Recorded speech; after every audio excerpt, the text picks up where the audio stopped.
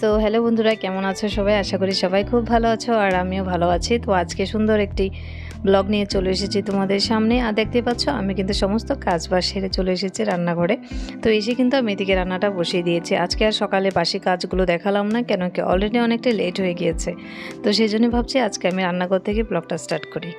তো যাই হোক, আমি দেখো এদিকে রান্না করে এসে ফার্স্ট আমার জন্য একটু চা করে নিচ্ছি আর সাথে আমি ভাতটাকে বসিয়ে দিচ্ছি। তো কালকের একটু সবজি রয়েছে, সেজন্য আজকে সকালে যে কোনো একটা সবজি বানাবো, সেটা দিয়ে আমাদের সকালে খাবার হয়ে যাবে আর এতটা রান্না বান্নার চাপ নেই, আবার সেই দুপুরে করে নেব। কিন্তু আজকে আমি একটা স্পেশাল কাজ করব বলে ভেবে রেখেছি। কাল রাতে আমি হেনা পাউডার গুলে রেখেছি। তো কী হয়েছে, একটা ভুল হয়ে গেছে। তো আমি ভেবেছিলাম আমি আমার মাথার মানে চুলগুলো না একটু হালকা রেডিশ কালার হবে, একটু ব্রাউন টাইপ সেরকম কালার করতে চেয়েছিলাম। বাট হেনা পাউডারটা যে এনেছি সেটা না মানে কালারটা একটু ব্ল্যাক হবে, মানে কালো হবে। সেটা আমি দেখিনি, তাড়াহুড়ো করে দোকান থেকে কিনে নিয়ে এসেছি। এবার গুলতে বসেছি, তখন দেখে বুঝতে পারলাম যে কালারটা কালো, ব্ল্যাক। তো ব্ল্যাক কালার আমার একদমই পছন্দ হয় না। আমার চুলটা একটু লাল লাল, একটু রেডিশ, হালকা ব্রাউন ব্রাউন হবে, সেটা আমার ভীষণ ভালো লাগে। বাট হলো না, কি করব। যেটা এনেছি লাস্ট সেটাই গুলেছি। তো কীভাবে গুলেছি সেটা আমি বলবো তোমাদেরকে। তো কী হয়েছে, এই আমাদের সংসারের কাজের ফাঁকে ফাঁকে একটু টাইম কিন্তু নিজের জন্য বের করে নিতে হয়। নিজের জন্য বলতে একটু হেয়ার কেয়ার, কখনো ফেসিয়াল, কখনো মানে এইসবের জন্য একটু নিজের কেয়ারের জন্য একটু সময় বের করে নিতে হয় আমাদের হাউস ওয়াইফদের। জানি সবারই মানে সংসারের প্রচুর কাজ থাকে, প্রচুর চাপ থাকে। সেই কাজের চাপেই মানে একটু সময় নিজের জন্য বের করে নিতে হয়। আর আমি ঠিক তাই করেছি। আজকে এত কাজের চাপের মধ্যেও আমি আমার জন্য একটু সময় বের করেছি। অনেক দিন থেকে ভাবছি আমি হেয়ারটাকে অনেক দিন থেকে একটু যত্ন নেব, বাট সেরকম টাইম পাচ্ছিলাম না। আর এই গরমে কি হয়, আমরা তো প্রচুর ঘেমে যাই, আর যার জন্য আমাদের কিন্তু প্রচুর হেয়ার ফল হয়, তারপর ড্যান্ড্রাফ হয় হেয়ারে। তো ভীষণ সমস্যা হয় চুলে। সেই জন্যই আজকে এই সমস্যাগুলো দূর করার জন্য আমি একটা হেয়ার প্যাক রেডি করেছি। সেটাই আজকে আমি আমার হেয়ারে দেব আর তোমাদের সঙ্গেও শেয়ার করব যে নিজের কাজের ফাঁকে নিজের জন্য একটু সময় কীভাবে বের করে নিতে হয়, কীভাবে চুলের যত্ন করতে হয়। আর চুলটাও কিন্তু ভীষণ ভালো থাকে। তো আমি বিয়ের আগে প্রায়ই এই জিনিসটা ব্যবহার করেছিলাম, মানে এক সপ্তাহের মধ্যে, এক সপ্তাহ না হলেও এক মাসের মধ্যে একবার হলেও ব্যবহার করেছি। বাট বিয়ের এই 3-4 বছর থেকে এতটাই ব্যস্ত হয়ে পড়েছি, নিজের শরীরের কেয়ারের কথাই ভুলে গিয়েছি। কিন্তু এখন আবার ভাবছি যে না, সেই আগের সময়টাকে আমাকে ফিরে আনতে হবে। আমি তখন এত ব্যস্ততার মধ্যেও কিন্তু আমার নিজের জন্য অনেকটাই সময় বের করে নিয়েছিলাম। বাট এখন সেটা আর হচ্ছিল না, কিন্তু এখন আমি আবার বের করে নিচ্ছি। তো সেটাই আজকে যে ভাবছি যে না। তো যাই হোক, সেটা কিভাবে কি করেছে সেটা সমস্ত তোমাদেরকে বলবো। তার আগে আমি দেখো এদিকে ভাত তো বসিয়ে দিয়েছি, আমার জন্য চা হয়ে গেছে, সাথে একটু সবজি কেটে রেখে দিচ্ছি। সবজি বলতে আজকে ঘরে অন্য কিছু সবজি নেই, শুধু রয়েছে একটা পেঁপে দেখতে পেয়েছো, 2টো টমেটো আর হচ্ছে বেগুন। তো ভেবেছি এই বেগুনগুলো দিয়ে একটা আলু বেগুন দিয়ে কিছু একটা সবজি বানিয়ে নিই।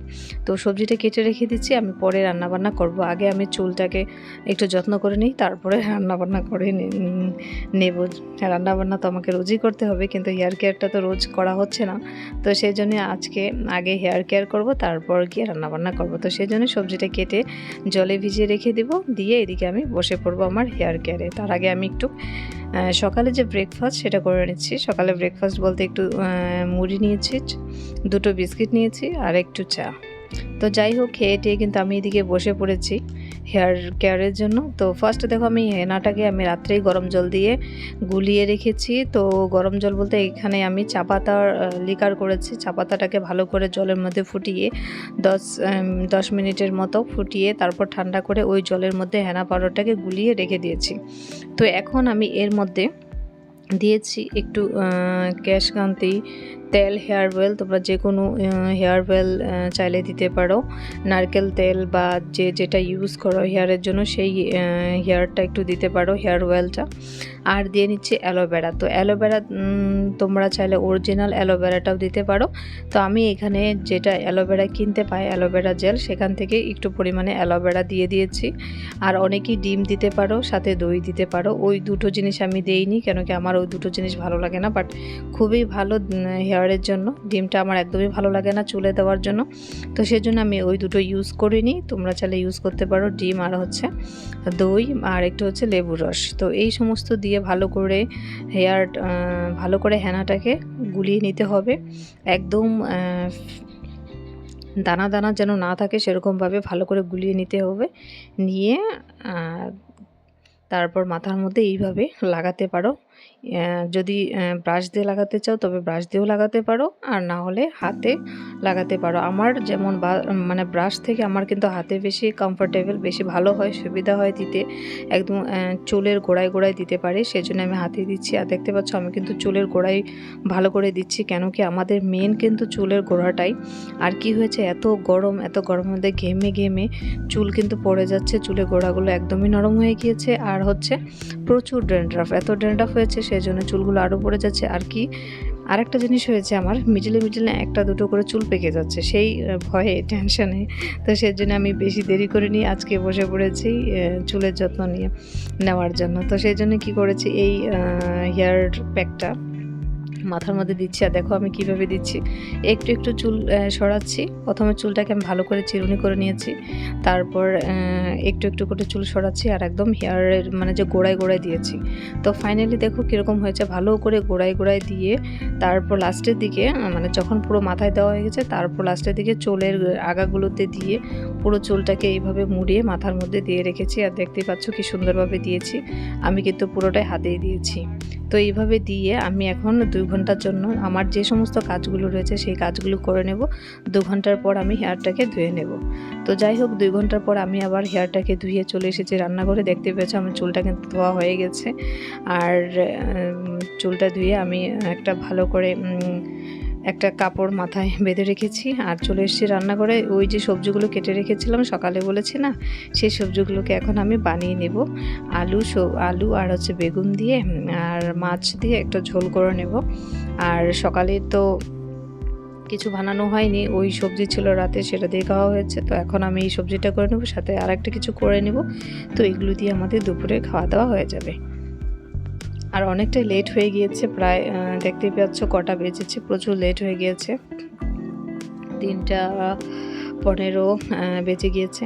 তো কি হয়েছে, আমি তো ফার্স্ট একবার মাথা ধুয়েছি, ধোয়ার পর না আমি চুলটাকে পুরো শুকিয়েছি। শুকিয়ে যখন চিরুনি করব তখন দেখি চুলটা মানে একদম একটা আঠা আঠা ভাব হয়ে গিয়েছে। যেহেতু আমি এখানে তেল দিয়েছিলাম, একটা তেলাক্ত ভাব হয়ে গেছে, সেই জন্য আমি কী করেছি চুলটাকে আবার শ্যাম্পু দিয়ে ধুয়ে এসেছি। অ্যাকচুয়ালি হেনা করার পর কিন্তু শ্যাম্পুটা দিতে নেই, তাহলে কালারটা কী হয় সঙ্গে সঙ্গে চলে যায়। তো 1 দিন বা 2 দিন পর শ্যাম্পুটা দিলে চুলটা বেশ কালারটা থাকে, চুলটা ভালো হয়। বাট আমি না ওই চুল নিয়ে থাকতে পারছিলাম না, যেহেতু একটু অয়েলি অয়েলি ভাব, একটু আঠালো আঠালো ভাব হয়ে গিয়েছিল।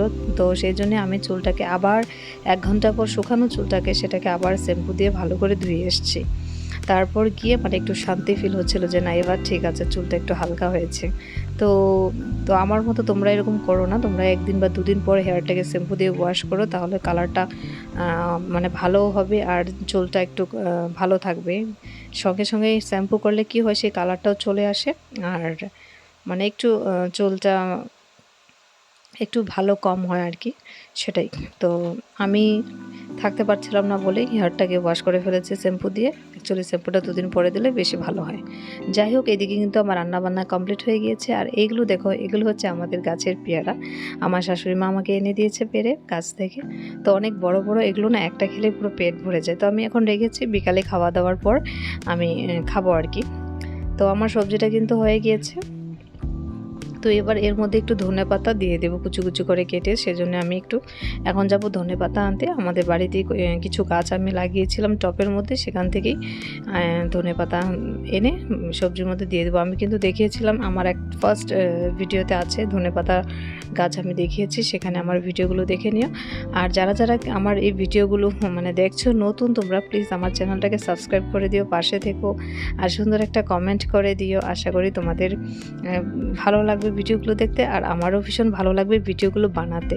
তো সেজন্যই সবাই একটু সাপোর্ট করো আমাকে, যেহেতু এটা আমার নতুন চ্যানেল। আমি তোমাদের সাপোর্ট ও ভালোবাসা পেলে অবশ্যই সুন্দর সুন্দর ভিডিও দিতে আগ্রহ হব, আমারও বেশ ভালো লাগবে। তো এই যে দেখো ধনেপাতাগুলো দিচ্ছে, এগুলো ভালো করে ধুইয়ে তারপর কুচু কুচু করে কেটে এবার জাস্ট একটু উপরে দিয়ে দিচ্ছি। তো ফাইনালি কিন্তু আমার সবজিটা হয়ে গিয়েছে, তো এবার আমাদের খাওয়া দাওয়া হবে।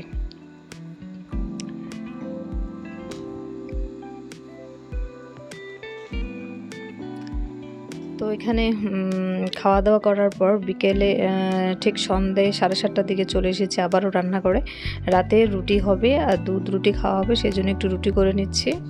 তো দেখতেই পাচ্ছ রুটির মধ্যে আমি হালকা একটু নুন দিয়ে আটাটা টেকে এভাবে রেখে দিয়েছি। তো এখন আমি রুটি বানাবো। আর আজকে ব্লগটা আমি এখানেই শেষ করছি। তো যাই হোক, তোমাদের কেমন লেগেছে অবশ্যই কমেন্টে জানিও। আর যদি নতুন কেউ হয়ে থাকো, আমার চ্যানেলটা এখনও সাবস্ক্রাইব করো নাই, তাহলে সাবস্ক্রাইব করে দিও, পাশে থেকো। আশা করি তোমরাও সুন্দর সুন্দর ব্লগ দেখতে পাবে, আমিও সুন্দর সুন্দর ব্লগ দিতে ভালো লাগবে আমার। তো চলো আজকের জন্য এখানে শেষ করছি ব্লগটা। আর একে দেখতে পাচ্ছ, এটা হচ্ছে আমাদের কুটুস, আমার জায়ের ছেলে। তো ও আমাদের ঘরে রাত্রে এসেছিলো একটু সময়ের জন্য। আর দেখো কি সুন্দর, মানে আমি যে হাওয়া দিচ্ছিলাম আমারটা দেখে ও নিজেও এইভাবে ঘুরিয়ে ঘুরিয়ে হাওয়া দিচ্ছে, সেটা দেখে আমি পুরো অবাক। সেজন্য তোমাদেরকেও একটু দেখিয়েছি যে দেখো এত ছোট বাচ্চা, 1 বছর এখনো হয়নি, তাতেই আমাদেরকে দেখে কি সুন্দরভাবে নকল করছে।